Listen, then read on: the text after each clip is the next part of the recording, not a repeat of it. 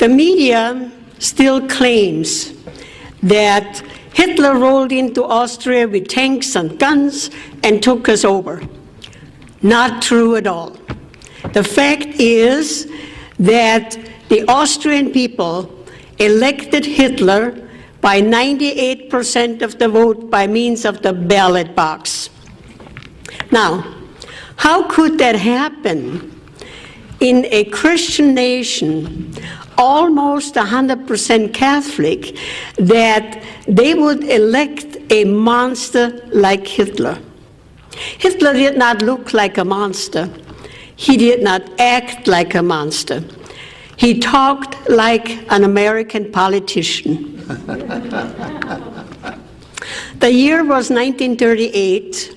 Austria was in a very, very deep depression. We had more than 30% unemployment.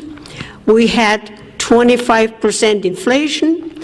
And if you borrowed money from the bank, you paid 25% interest. That's why farmers were going broke, businesses were going broke, they could not pay their mortgage, or they could not pay their taxes. What was even worse, we had riots in our cities. We had whole blocks of the cities burned down, and our law enforcement was almost helpless. They could not control the riots. The media told us that in Germany, where Hitler ruled since 1933, they had full employment, they had a high living standard. We only heard good things. And of course, we spoke the same language. We spoke German. We had the same culture. There was only a border between us, Austria and Germany, like South and North Dakota. And we said, why not?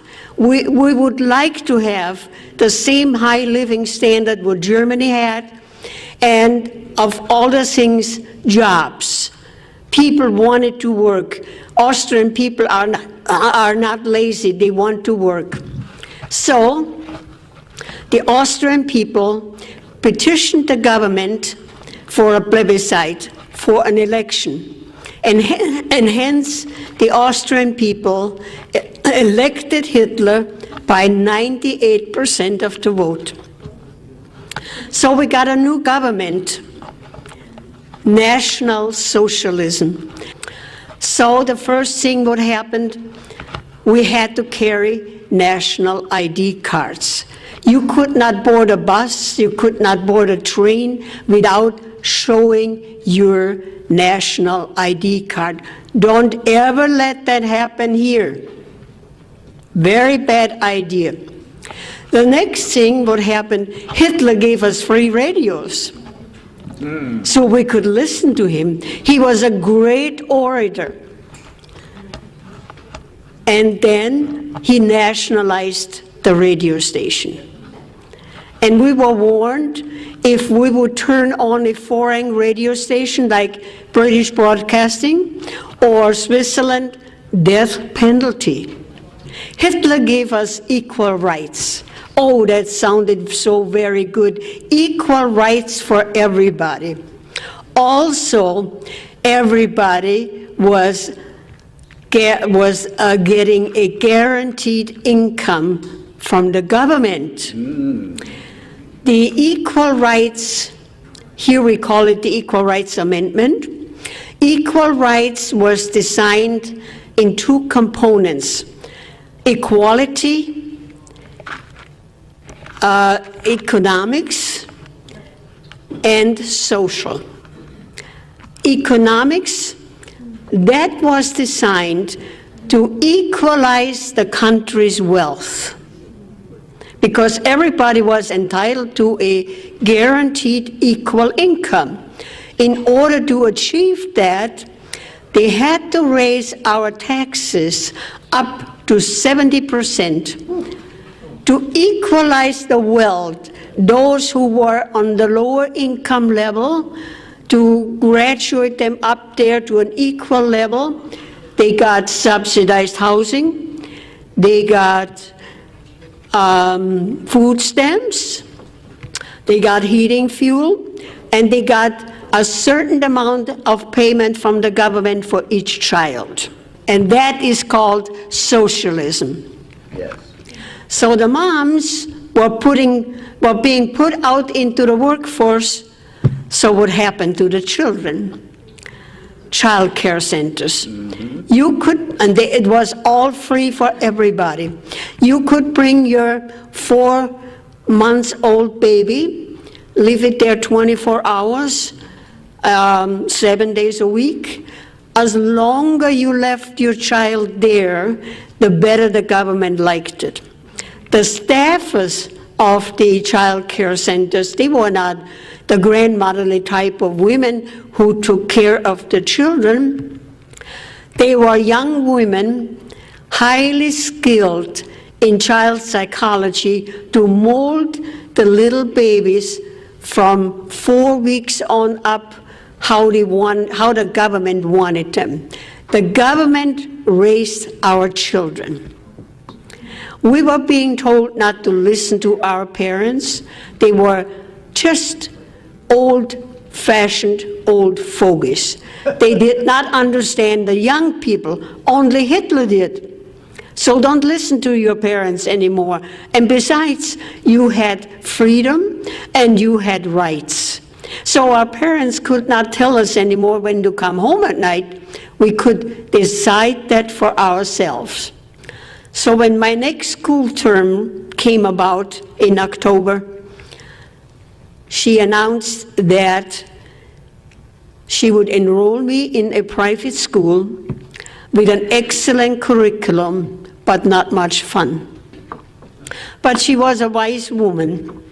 She said, "Today you do not understand why I'm doing this for you. But when you grow up a bit, you will understand." We also had gun control. The government said that children were playing with guns, and we had hunting accidents, people accidentally shooting each other, and we had criminals again, murderers. The only way that they could track the murderer was by the serial number of the gun. So bring your gun to the police station, then we can register the serial number and we can track the criminal. And we thought that was a good idea. Mm-hmm. So gladly we did that. Not long afterwards, they said no, it did not help. We could not track all the criminals. The best way to have no more crimes and no more people getting hurt, bring your guns to the police station, and they already know who had guns because we registered our guns. Keep your guns and buy more guns. Dictatorship did not happen overnight. It took 5 years, from 1938 until 1943, we had a full-blown dictatorship. Had we kept our guns, we would have fought a bloody battle to the last man and women to keep our freedom. But we had no guns. When the people fear the government, that's tyranny. But when the government fears the people, that's liberty. We have to take our country back as we know it. And a good way is that we educate our friends, everybody.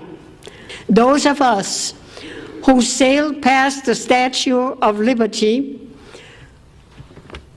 we came to a country of unbelievable freedom and opportunity. America is the greatest country in the world. Amen. If we can keep it.